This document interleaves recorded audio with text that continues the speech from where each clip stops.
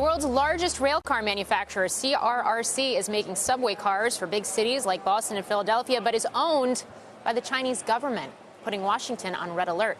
Our Ylan is live from one of the factories with the latest on the story. Ylan. Well, Morgan, this car will eventually be part of the orange line for the Boston Tea. And there's a lot of controversy over it because the company that runs this factory is a Chinese state-owned enterprise, CRRC. They make the skeleton of these cars in China, then ship them here to the U.S. for final assembly. You can see they're hooking up the door systems over here. She's installing the wiring for the security cameras. And eventually, the destination sign that tells you where you're going, that'll be hooked up to this wire over here. Now, the company's only been in the U.S. for about 4 years, but already it's become a major player. They've got contracts in Chicago, L.A., Philadelphia, in addition to Boston.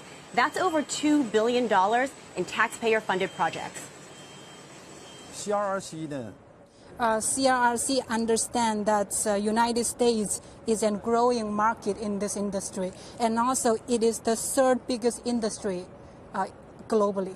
United States is a market that provides the most fair operation and the most full competition. Now, critics of the company, including the U.S. freight industry, say that CRRC isn't playing by those rules, that they get massive subsidies from Beijing that allow it to undercut its competitors on price. They also raise the question of national security. They say that China should not be allowed to build U.S. critical infrastructure. There's even a bill in Washington that would ban the company from continuing to do business here in America.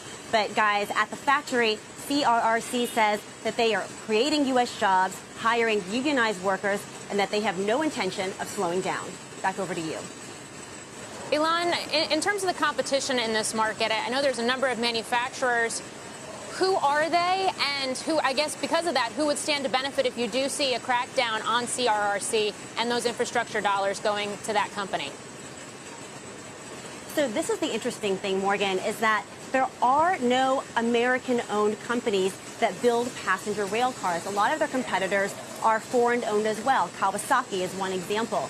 But what the critics say is that China's company is not using as many American suppliers as its competitors are, that they're not doing as much manufacturing here, that this is all assembly. What we have found here at the factory is that some of the interior paneling, that does come from China, but that they do use American suppliers in order to put the final touches on these cars. They say that they comply with Buy America regulations that require 60 to 70% of the value of the car be made here in the U.S.